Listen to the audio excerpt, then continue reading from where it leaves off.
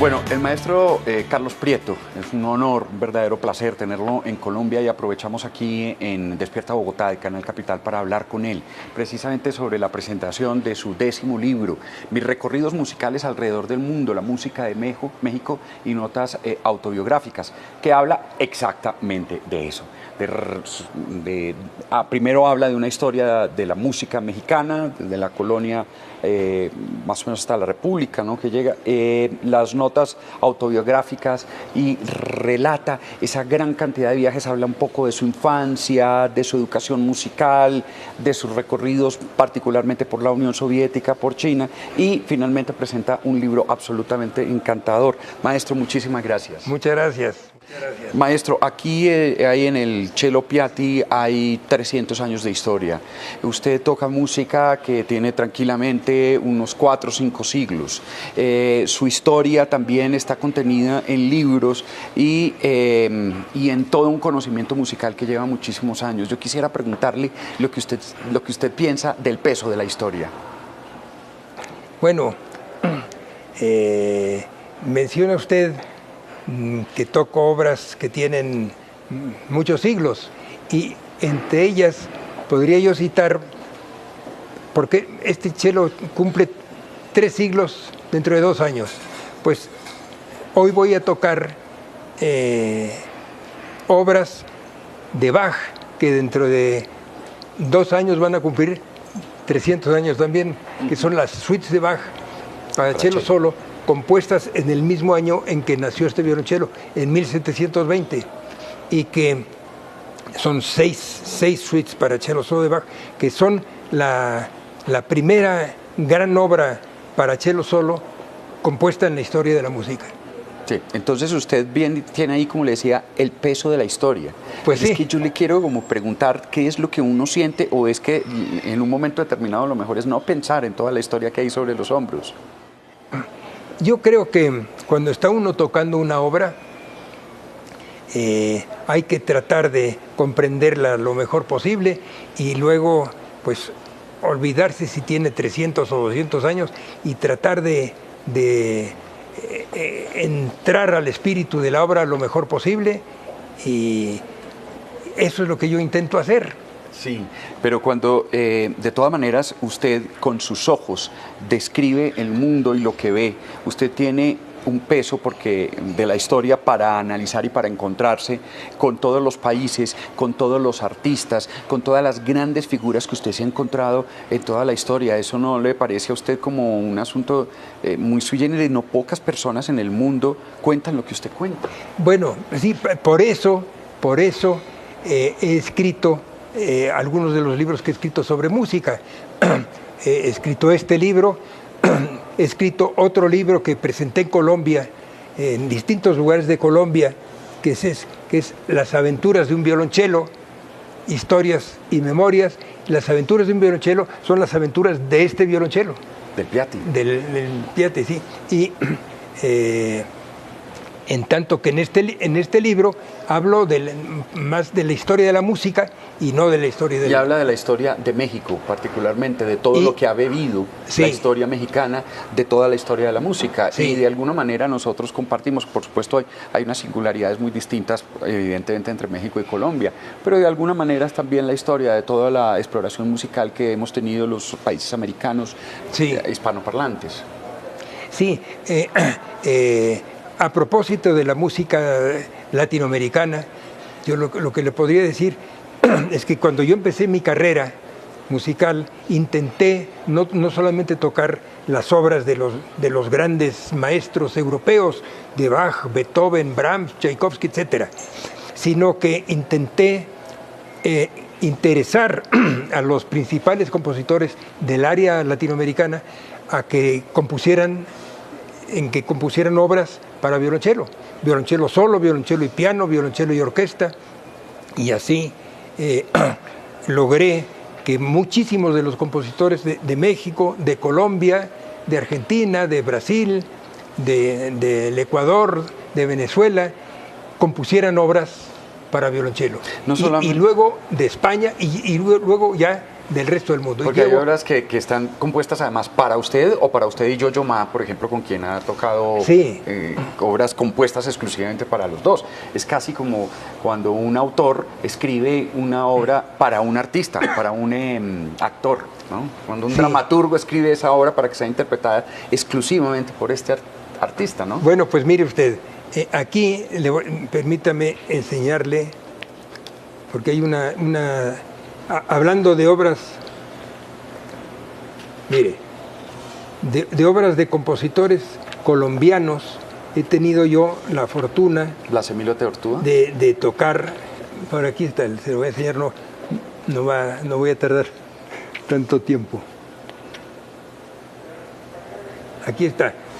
Toqué yo primero una romanza para violonchelo y piano de Atortúa, obra que tenía él completamente perdida y que cuando leyó que iba yo a tocar el estreno de esta obra, me llamó por teléfono y me dijo, es un error, yo no compuse esa obra. Entonces nos reunimos aquí en Bogotá, yo muy preocupado de que iba a estrenar una obra que no era de él, y llegó a mi hotel temprano ese día y se puso a ver la obra y me dijo, efectivamente es una obra mía que tenía yo completamente perdida, romanza para violonchelo y piano. Y luego compuso una suite colombiana para 2 violonchelos, 2 guitarras, marimba y tímpani, que está dedicada a Yo-Yo Ma y a mí, y que estrenamos en México poco después. Luego he tocado también una obra de Francisco Zumaqué, Cantos de mi tribu para violonchelo y piano. Y estrené también una obra que me dedicó la compositora Claudia Calderón. Esta es una compositora que conocí yo hace muchos años en Venezuela. Ella vivía en Venezuela. Y mientras vivía en Venezuela, yo la convencí de que compusiera una obra para cello y piano, que es esta obra, La Revuelta Circular. Luego, Claudia Calderón vivió en México y ahora entiendo que está viviendo en Colombia. Una destacada compositora. Sí, cuando usted habla no solamente de sus aventuras de violonchelo, sino mis recorridos musicales alrededor del mundo, muchas veces usted habla, estuvimos mi esposa, el cello y yo. Claro. El cello y yo. Y habla usted de él como lo que es efectivamente, como una presencia muy poderosa. Pero si usted quisiera describir la personalidad de ese señor que tiene usted en las manos, entre otras cosas, ¿usted le da una apariencia masculina o habla de una mujer o habla de un transexual con un cuerpo femenino y una voz masculina? Pues mire usted, cuando yo empecé a hacer giras con el violonchelo, me percaté que era muy complicado viajar con un violonchelo, porque si lo mete usted con el equipaje checado en las entrañas de los aviones, bodegas, sí. Las bodegas de los aviones, y luego lo manejan en los aeropuertos, la probabilidad de que llegue roto a su destino se acerca al 100%, porque las bandas en los aeropuertos a veces tienen desniveles de 1 metro, de 2 metros, y la caja del violonchelo caería y el cello sufriría daños graves. Entonces, la única manera que tengo yo de viajar con este violonchelo es viajar a bordo del avión. Pero, a diferencia de un violín que cabe en los compartimentos superiores o debajo de los asientos, esto no cabe. Entonces, la única manera que se puede es viajar con el violonchelo a bordo. Y entonces, al principio, encargaba yo un boleto o un billete para un violonchelo, y en las compañías de aviación no sabían cómo hacerlo. Sí. Y perdíamos media hora mientras trataban de encontrar cómo se y después de la seguridad, que el que va a viajar tiene que dar su identidad con un número preciso. ¿Qué identidad le daba a este Entonces, señor? todo esto se resolvió cuando a mi esposa se le ocurrió bautizar el violonchelo con el nombre de la señorita Chelo Prieto. Y fuera de México y de los países de lengua española, viaja como Miss Chelo Prieto. Miss Chelo Prieto. Entonces, a partir de bautizo de este instrumento como la señorita Chelo Prieto, se acabaron los problemas de pérdida de tiempo. ¿Tiene número de identidad y todo? Tiene número de identidad. Y en algunas compañías gana millaje. algunas compañías progresistas gana millaje. ¿Qué personalidad tiene la señorita Chelo Prieto? ¿Ella cómo es? Bueno, es una señorita caprichosa que exige que se le trate con cuidado y con cariño. Pero déjeme contarle una cosa que me pasó hace algunos años volando de Nueva York a Boston. Sí.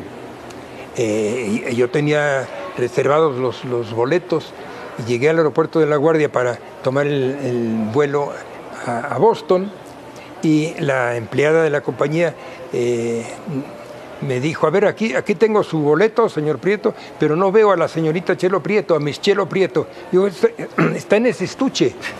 Digo, bueno, muy bien, muy bien. Y se ve que ya tenía mucha experiencia de que chelos volaran a bordo. Y me dijo, bueno, pero dígame por curiosidad, ¿cuál es la edad de Miss Chelo Prieto? Digo, pues mire, este año va a cumplir 293. Y entonces la vi que escribía, y digo, bueno, entonces le vamos a dar a Miss Chelo Prieto el descuento de la tercera edad. Está buenísimo, buenísimo. De tal manera que él viaja o ella viaja por el mundo como una personalidad, como le decía, muy poderosa. Esta personalidad ha conocido a muchas otras personalidades, sí. Desde el gran Rostropovich, desde los grandes dirigentes de la ex Unión Soviética, de la China, de los Estados Unidos, desde los grandes artistas. ¿Usted se impresiona ya con ellos? ¿Y la señorita Chelo Prieto se impresiona con ellos? ¿O ya para usted son, digamos, esa grandeza que han acumulado, sí, para usted ya es un asunto de más al ser humano que la grandeza? No, que hay detrás? yo siempre, cuando estoy con ellos, siento un enorme respeto y admiración. Por ejemplo, el chelista que es muy amigo mío y muy amigo de este instrumento es Yo-Yo Ma, que quizá hoy... Que tiene otros Stradivarius. Tiene otros Stradivarius, y quizá hoy es el chelista que más admiro yo en el mundo. Y varios compositores nos han dedicado a Yo-Yo Ma y a mí obras para dos chelos. Ya cité al gran compositor Blas Emilio de Atertúa, pero otros compositores han compuesto también obras. Compositor mexicano Samuel Siman, compositores de Cuba, de Estados Unidos. Llevamos 4 o 5 obras dedicadas a Yo-Yo Ma y a mí que he tenido yo la fortuna de estrenar con él. Nuestro colombiano Alejandro Estrada hoy es el director titular de la Filarmónica de Viena. El maestro Dudamel es de la Filarmónica de Los Ángeles, sí, pero además es un permanente invitado en grandes orquestas del mundo. Tenemos hoy por hoy unos intérpretes latinos en el Metropolitan Opera House, en ópera y en muchos instrumentos. Y usted, por ejemplo, en esto, ¿ve usted un reconocimiento al aporte latino? Claro, por supuesto. ¿Cómo lo ve? Por supuesto que lo veo como un gran reconocimiento al aporte latinoamericano, que es un aporte muy importante. Y quisiera yo mencionar que en México se celebra hace muchos años un concurso internacional de violonchelo que por causas ajenas a mí lleva mi nombre. Se llama el Concurso Internacional Carlos Prieto de Violonchelo.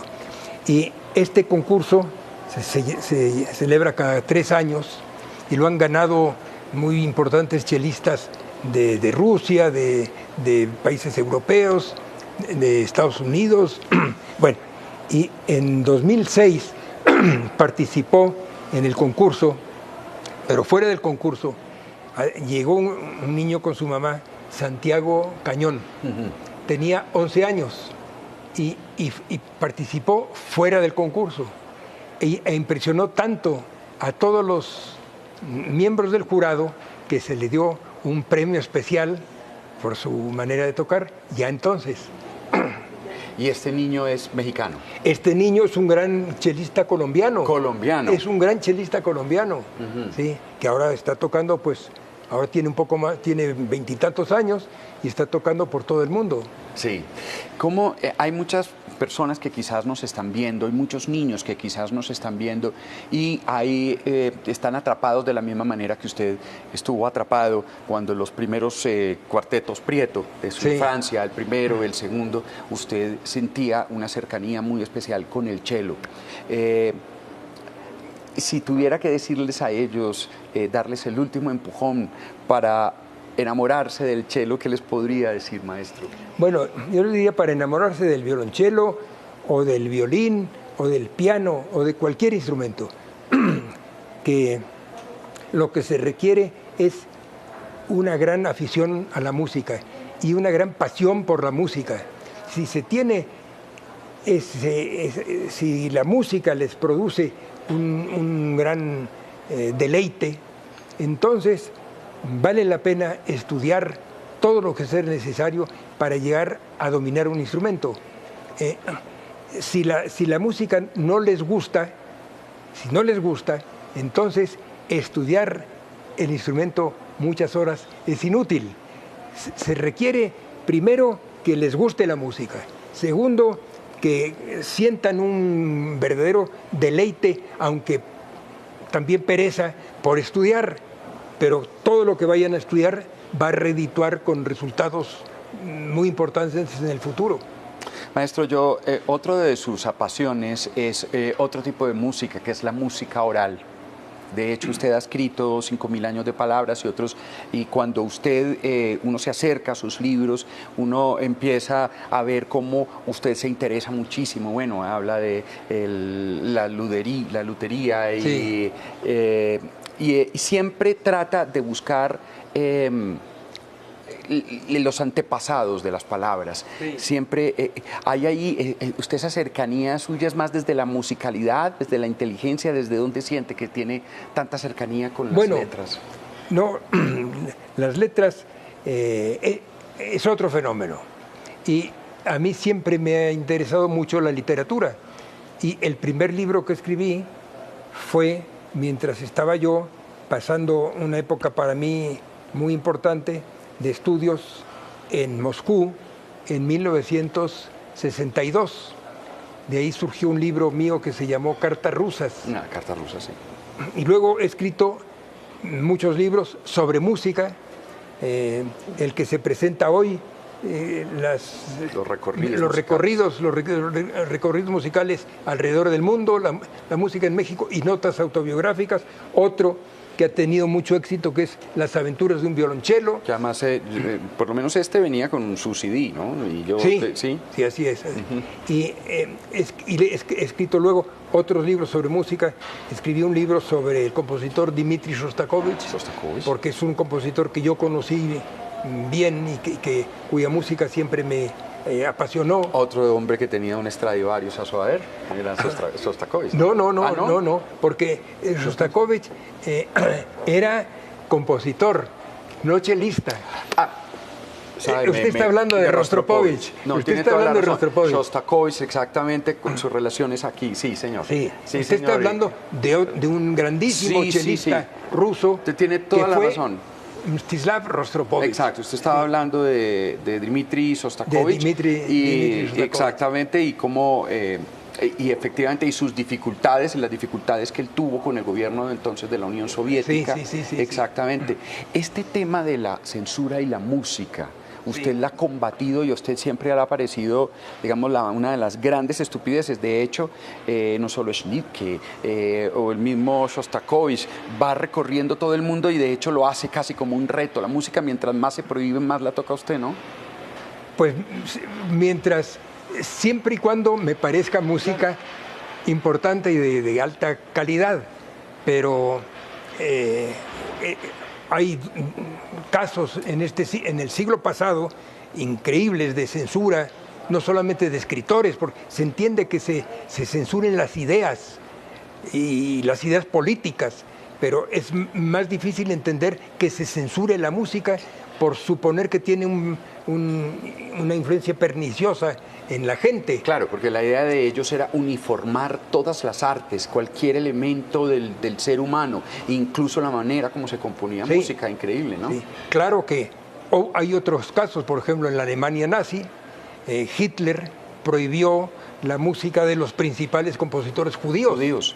Y de hecho, gracias a Hitler, yo tengo este violonchelo. ¿Cómo es eso? Porque en 1935, poco tiempo de llegar, Hitler llegó al poder en 1933. Sí. Y poco después se empezaron a hablar sus intenciones acerca de los judíos.